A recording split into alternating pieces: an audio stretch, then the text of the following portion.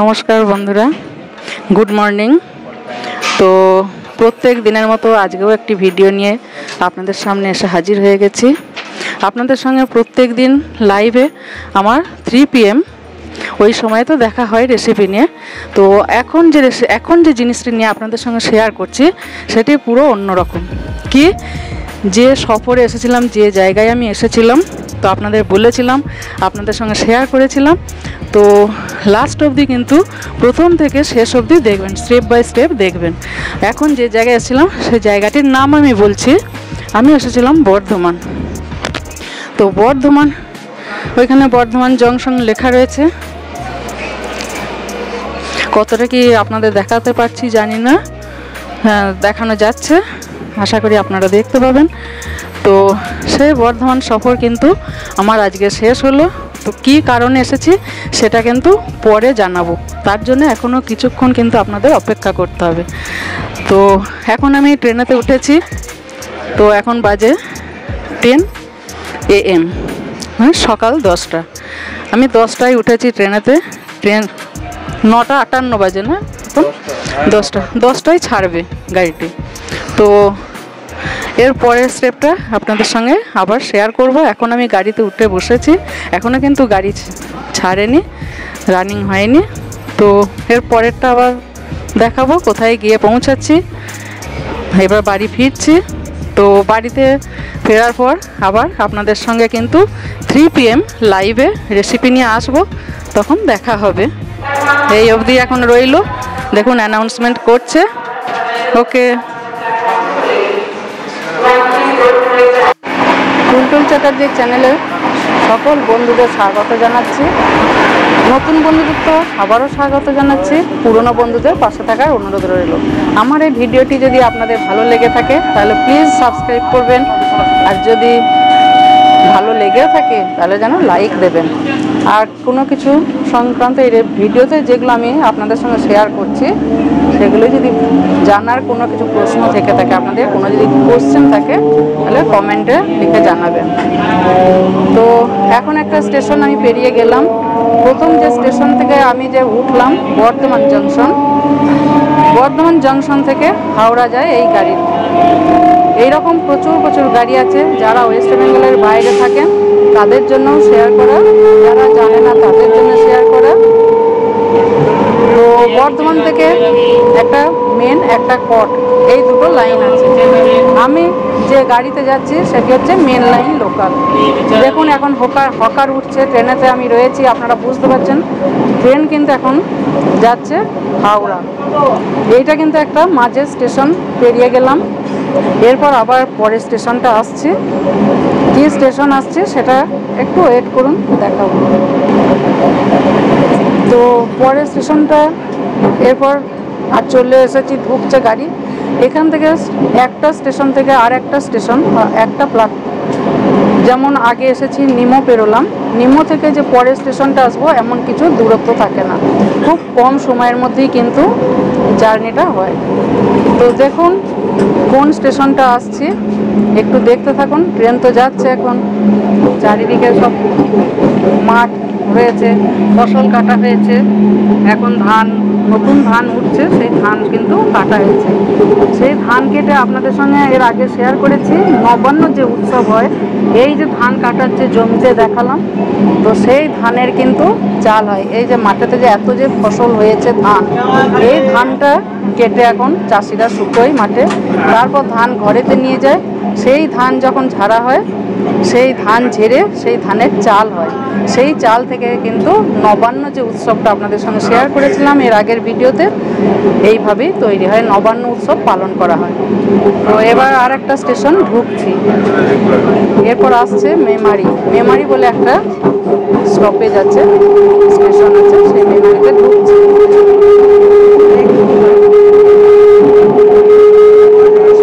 মাঝে মধ্যে আমিও দেখছি আপনাদের সঙ্গে। আর ভালোই লাগবে কিন্তু ট্রেনে যেতে যেতে এই যে জার্নিটা আমার একটু সময় লাগবে। হ্যাঁ, এনজয়ও করছি, ট্রেনে যেতে যেতে এনজয় তো করছি, আর সময়টা 2 ঘন্টা সময় কোন দিকে পেরিয়ে যায় সেটা কিন্তু বুঝতে পারি না। হকার উঠছে, প্যাসেঞ্জার উঠছে নামছে, এই দেখতে দেখতে, আর চারিদিকে যে নতুন ফসল ফলছে, জমিতে কাটছে, ধান কাটছে, চারপাশ আবার যে জিনিসগুলো হচ্ছে সেগুলো দেখতে দেখতে সময় কোন দিকে 2 ঘন্টা আমার পেরিয়ে যায় টাইমটা সেটা বোঝা যায় না। এই করতে করতে এই দেখতে দেখতে কিন্তু আমি বাড়ি পৌঁছে যাব। তো মেমারি স্টেশন এলো, দেখুন ঢুকছে মেমারি প্ল্যাটফর্ম। এখানেও ভালোই ভিড় হয় এই স্টেশনেতে, প্রচুর প্যাসেঞ্জার ওঠে নামে। তো এই টাইমটাতে আমি যে গাড়িতে রয়েছি এই 10 AM, তো এই টাইমটাতে একটু ফাঁকা থাকে গাড়িটাতে। সকাল থেকে কিন্তু সকালে যে ট্রেনগুলো থাকে 7টা, 8টা, 9টা এই টাইমে ট্রেনে কিন্তু ওঠা যায় না, কারণ তখন ডেলি প্যাসেঞ্জার থাকে প্রচুর। সেই জন্যে এই 10 AM যে টাইমটায় গাড়িটা উঠেছে, এই দিকে প্ল্যাটফর্মটা পড়েছে, দেখুন উঠছে নামছে প্যাসেঞ্জার। তো এই টাইমটাতে প্যাসেঞ্জার কিন্তু একটু কম থাকে, তো ভিড় হয় ভালোই। মাঝে কয়েকটা স্টেশন কিন্তু আমি ছাড়িয়ে এসেছি। এই স্টেশনটা মেমারি নামে একটা স্টেশন আছে।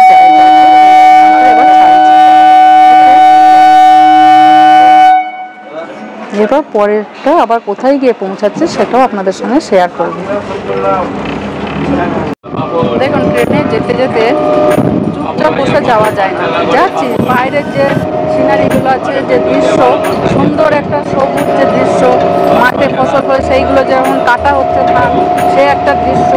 এই দেখতে দেখতে তো আমি তো 2 ঘন্টা আমার যে ট্রেনেতে জার্নি হবে, সেই 2 ঘন্টা কিন্তু আমি আমার যে বাড়ি, যে জায়গায় আমি থাকি, যে ঠিকানায়, সেখানে কিন্তু পৌঁছে যাব। তার মাঝে মধ্যে একটু, তার মধ্যেই যদি একটু কিছু না কিনে খেলে তো ভালো লাগে না। এই যে বাদাম কিনেছি, বাদামের প্যাকেট, এই প্যাকেটে কেটে নিয়েছি, ট্রেনেতেই পেলাম। ট্রেনেতে তো হকার উঠছে প্রচুর, ফল নিয়ে উঠছে, গজা নিয়ে উঠছে, তারপর বাদাম নিয়ে উঠছে। তো এই বাদাম আমি কিনেছি, কিনে খেতে খেতে যাবো। এটার যে কী আনন্দ আপনারা বলতে বোঝাতে পারবো না। ট্রেনে এই যাবো আর এই টুকটাক জিনিস খাবো, এই যাবার কথা উঠছে, দেখুন কী কী নিয়ে উঠেছে, দেখুন মেয়েদের সব রান্নাঘরের যে জিনিস, অনেক কিছু, ছেলেদেরও কিছু জিনিস পাওয়া যাচ্ছে এখানে। তো এইসব কিনতে দেখতে দেখতে আর এই টুকটাক কিনে খেতে খেতে আমি কিন্তু আমার বাড়ি, আমার যে ঠিকানা, সেই ঠিকানায় আমি কিন্তু পৌঁছে যাব। এখন একটা যে স্টেশন আমরা পেরোলাম সেটি হচ্ছে সিমলাগড়। সিমলাগড় থেকে যে পরের স্টেশনটা আসবো এমন কিছু দূরত্ব না, খুব কাছাকাছি এখানকার স্টেশনগুলো, একটা থেকে আরেকটা স্টেশন। পরের স্টেশনটা কি আছে, পরের স্টেশন আমি এখন ভুলে গেছি, এই মুহূর্তে দেখাবো, একটু দেখুন পরের স্টেশনটা কি আছে। আর চলে এসেছে পরের স্টেশন, উঠছে প্যাসেঞ্জার, কেন না পরের স্টেশনটা এসে ট্রেনটা থামবে। এই জন্য কিন্তু সেই আগে যে প্যাসেঞ্জাররা বসেছিল আগের স্টেশন বা তার আগের স্টেশন যারা উঠেছিল ট্রেনেতে, তারা কিন্তু তাদের ঠিকানাতে এবার নেমে পড়বে। পরের স্টপেজটা দেখে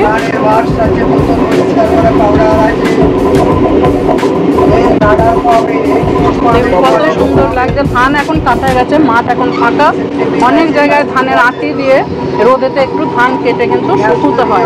ওই দেখুন ধান কেটে আঁটি দিয়ে রেখে দিয়েছে। এগুলো অবশ্য গ্রাম্য কথা, অনেকেই বুঝবে, অনেকে হয়তো বুঝবে না। তো পরের স্টপেজটা দেখি কোথায় আসছে, একটু ওয়েট করুন, দেখতে পাবো।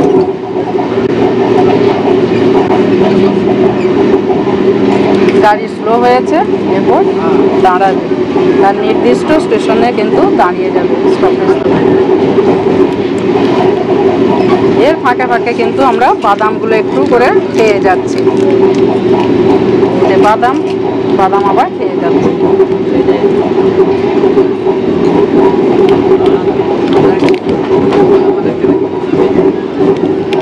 পান্ডুয়া স্টপেজ দেবে। পান্ডুয়া স্টেশনটা কিন্তু অনেকটাই বড় আর পরিষ্কার পরিচ্ছন্ন থাকে, ভিড় হয়, প্যাসেঞ্জার প্রচুর ওঠে কিন্তু পান্ডুয়া স্টেশন থেকেও। দেখুন পৌঁছে যাচ্ছি সেই স্টেশনে যেটির নাম বললাম পান্ডুয়া। পান্ডুয়া নামে একটি জায়গা আছে কলকাতা, বর্ধমান থেকে কলকাতা যাবার পথে মেন লাইনে পড়ছে পান্ডুয়া স্টেশন। সেই পান্ডুয়া স্টেশনে কিন্তু স্টপেজ দেবে। একটি ট্রেন দাঁড়িয়ে আছে এদিকে, সরি এদিকে দেখাতে পারলাম না, উল্টো।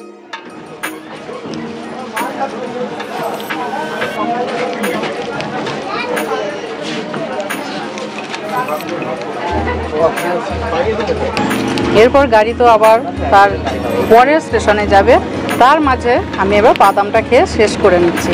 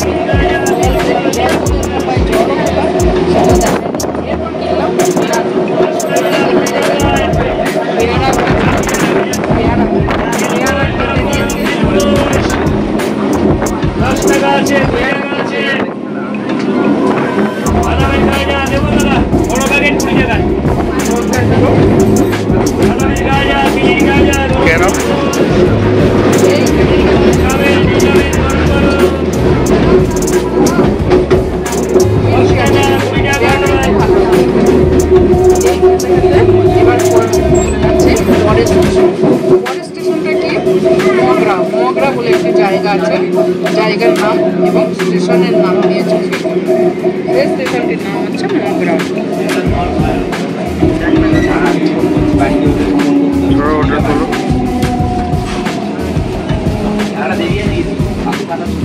এখানেও গাড়ি দাঁড়িয়ে আছে, তাও দেখা যাবে ওদিকে।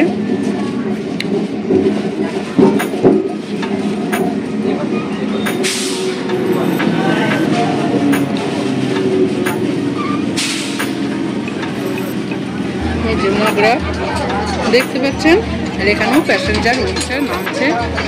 এখানেও কিন্তু খুবই ভিড় হয় এই স্টেশনে। তো এই স্টেশনগুলো প্রত্যেকটাই পড়ছে বর্ধমান থেকে কলকাতা যাওয়ার পথে মেন লাইনে পড়ছে, ওয়েস্ট বেঙ্গলের মধ্যে। কলকাতা তো অনেকেই নাম জানে, হাওড়া থেকেই নাম জানে, এটা হাওড়া। হাওড়া বর্ধমান থেকে হাওড়া যাওয়ার পথে মেন লাইনে আমি যাচ্ছি সেই মেন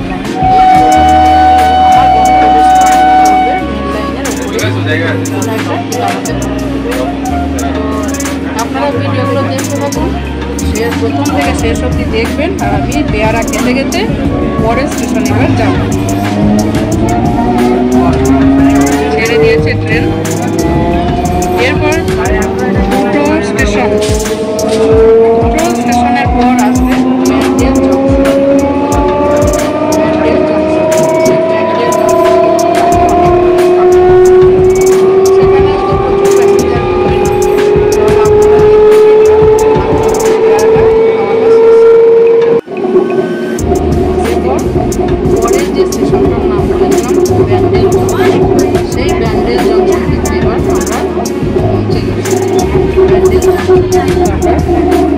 ট্রেনটা স্লো হয়ে গেছে গাড়ি, কারণ এইখানেতে লাইন চেঞ্জ করে বিভিন্ন দিকে তো লাইন যাচ্ছে ব্যান্ডেল জংশন থেকে। তো যোগাযোগ ব্যবস্থা চারিদিকেই থাকে ব্যান্ডেল জংশন থেকে। সেই ব্যান্ডেল জংশন এবার গাড়িটা ওই জন্য স্লো হয়েছে। গাড়ি এখন লাইন ক্লিয়ার পায়নি, সিগন্যাল পাইনি হয়তো, সেই কারণে গাড়ি কিন্তু দাঁড়িয়ে গেছে ব্যান্ডেল জংশন জগৎবন্ধ তার আগে যাচ্ছে। দেখছি দেখুন কত পদ্ম পাতা, যে গাড়িটা যে দাঁড়িয়ে গেছে ব্যান্ডেল জংশন তার আগে গাড়িটা দাঁড়িয়ে গেছে সিগন্যাল হয়নি বলে। তো দেখুন কত পদ্ম পাতা হয়েছে, আর বেশ বড় পদ্ম পাতা হয়েছে। দেখুন পুকুরটা ভর্তি হয়ে গেছে। আর এই পদ্ম পাতায় যদি গরম ভাত খাওয়া হয় তার যে কি টেস্ট, সেই গরম ভাত যদি পদ্ম পাতায় পরে দেওয়া হয়, কলা পাতায় যেমন করলে একটা সুন্দর একটা গন্ধ বেরোয় কলা পাতার, আর পদ্ম পাতাতেও তাই। এরপর গাড়ি ছেড়ে দিয়েছে ব্যান্ডেল জংশন।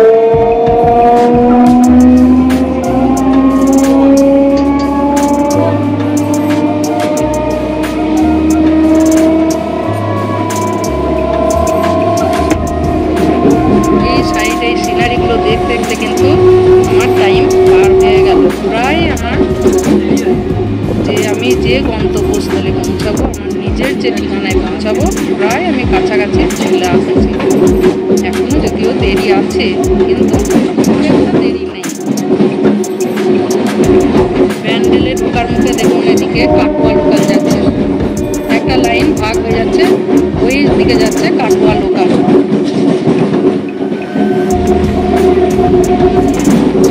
যারা থেকে উঠতেছে নামবে বলে এই স্টেশনে, কোথায় না ব্যান্ডেল জংশনে নামবে, আবার অনেকেই কিন্তু প্যাসেঞ্জার উঠবে।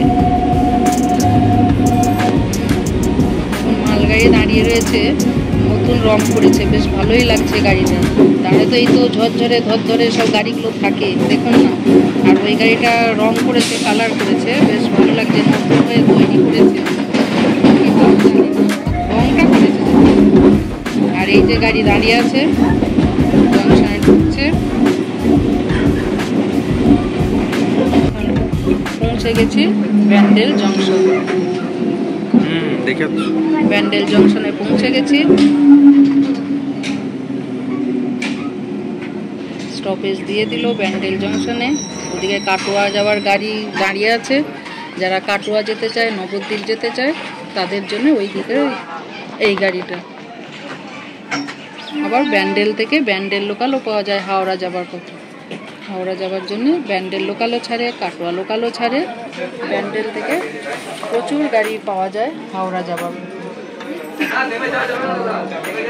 পরে স্টপেজ এবার দেখাবো, আপনাদের সঙ্গে শেয়ার করবো। প্রচুর প্যাসেঞ্জার নেমেছে, আরও অনেকেই নেমেছে, উঠছে, ওই গাড়িটাও উঠছে। পাশের যে প্ল্যাটফর্মটা রয়েছে, সেই প্ল্যাটফর্মে যে গাড়িটা দাঁড়িয়ে আছে, সেই গাড়িতে নিজের